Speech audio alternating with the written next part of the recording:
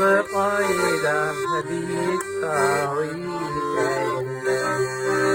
şu dağlarını sanıp paydım şitlerine kiteminde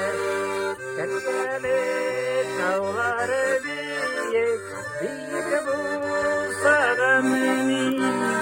Duanya diyen yarının kuşlarına kadrim